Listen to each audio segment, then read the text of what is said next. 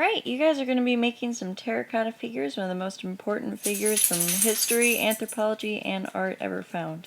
So think about basic shapes within your design from your terracotta figure you're inspired by. So you're going to start by making those. So I'm just going to take a chunk of clay. So you're going to end up getting just a portion of clay every day. We'll be able to recycle it if it gets too dried out. So that way you guys don't have to worry about getting too stressed.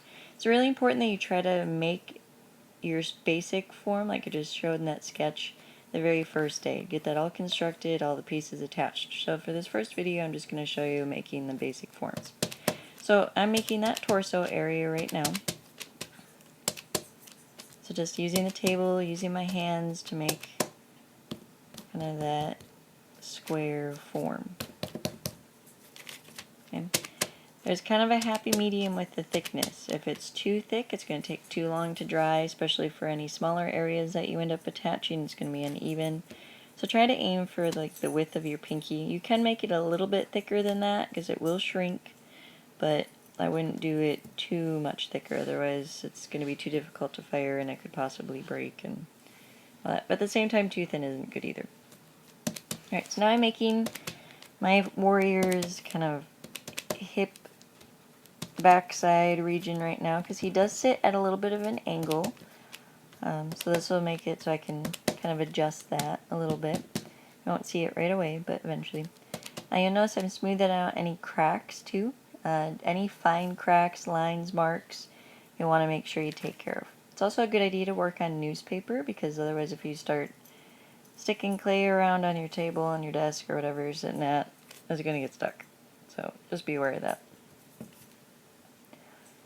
Okay, now I'm going to start working on his legs. So instead of doing square forms, I'm going to do more cylinder coil forms. I'm going to start with his thigh. It's good to get a good angle as well. So I'm doing the leg, his left leg kind of sticks up, where his right one is actually kneeling down on to the surface that he's sitting on. Okay. And I'm not attaching it yet, I'm just kind of placing it, getting the general idea. You'll notice that I leave my extra clay out as I'm working, but I can work pretty fast. If you're someone that doesn't feel like you're working very fast, you definitely want to make sure you have your stuff in a plastic bag, your extra clay in a plastic bag, in a ball, so that way you don't have to get new clay all the time, and it's less running up and down for your teacher to do, getting clay, since he's upstairs and I'm downstairs. Okay, so I'm doing the other thigh. I want them to be fairly similar in size, so try to think of proportions. Another reason why I'm not attaching these quite yet, I'm just getting the general shapes created. If you attach them and you mess up, then it's just more of a pain. So, like I'm realizing that angle isn't quite right, so I'm just going and adjusting it. So this is the one that will actually be kneeling down, like so. So I'm just pushing it on just enough so it'll stay. So obviously be careful, it'll probably fall down, gravity and all that fun stuff. Okay, so again, putting my extra clay kind of in a ball so it doesn't dry out so fast.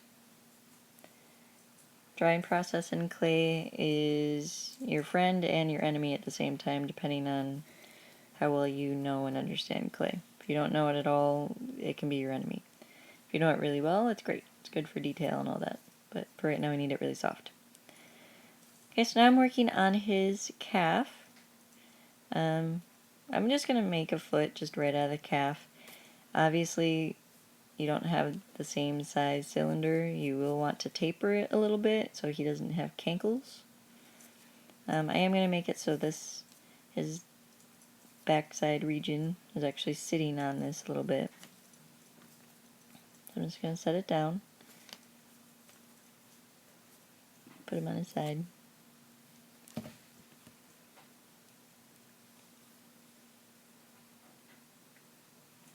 So now I'm making his other calf. I mean, you will be able to go back and adjust these a little bit more. So just get a general rough placement done. Just try to take care of any fine cracks because if it dries out, that's just harder to deal with him later, so just smooth him out as best you can. He's making his little foot. Okay, he's obviously wearing boots. Don't have to worry about how fancy his feet look.